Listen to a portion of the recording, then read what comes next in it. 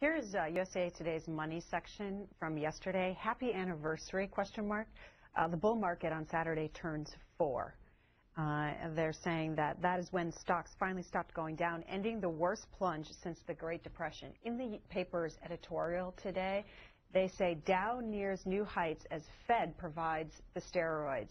It says to combat the Great Depression, the Fed has bought trillions of dollars of mortgage bonds and U.S. Treasuries to juice the housing market and the economy in general. But the time is approaching to scale back the bond buying spree and get ready to unwind some of the Fed's massive portfolio, now tops $3 trillion. Do you agree it's time? If so, what is the consequence? Well, you know, the Fed for the last 2 years, because the Republican House has refused to take the advice of the vast majority of economists who say you've got 2 levers to improve an economy. One is monetary policy, which is what we're talking about, the Fed putting liquidity, money out there. The other one, of course, is fiscal policy. Let's rebuild our bridges yesterday. Because when we rebuild our bridges, which we're going to do anyway, we put hundreds of thousands of people back to work.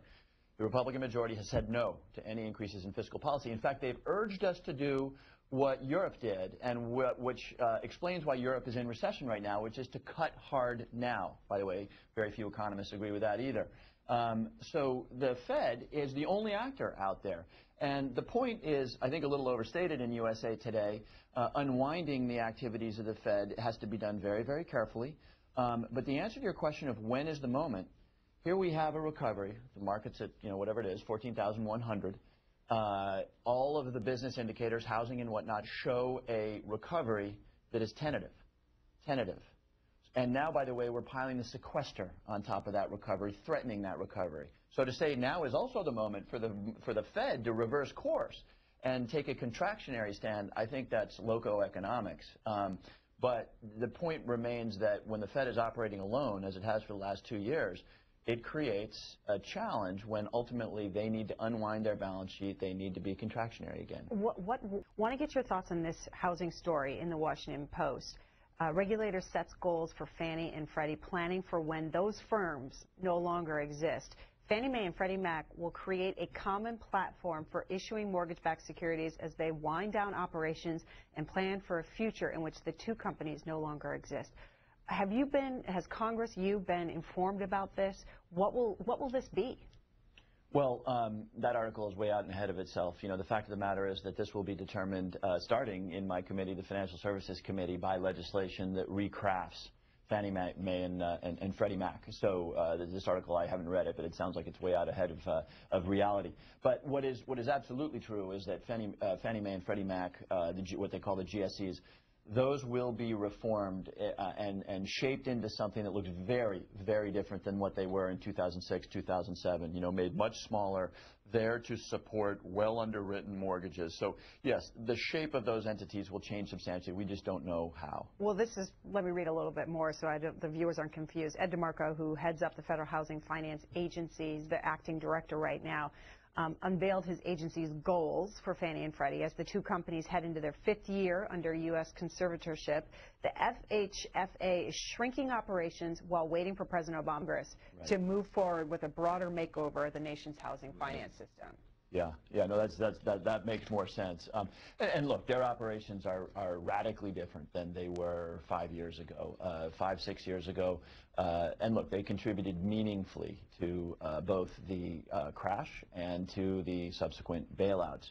So they're going to look very different. They were into subprime lending. They were buying all sorts of, stinky mortgage paper and whatnot.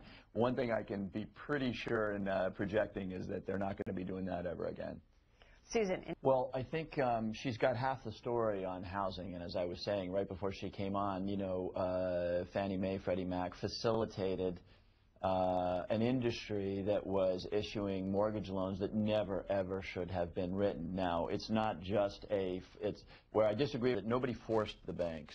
Nobody forced Countrywide to make the outrageous loans that they made. They did that in the pursuit of profit. So you had a situation in the early 2000s where the private sector, Countrywide, and by the way, all of Wall Street, which was, hungrily taking up this paper and wrapping it up into bonds and selling derivatives on it, where the private sector got out of control and where Fannie Mae and Freddie Mac absolutely facilitated that.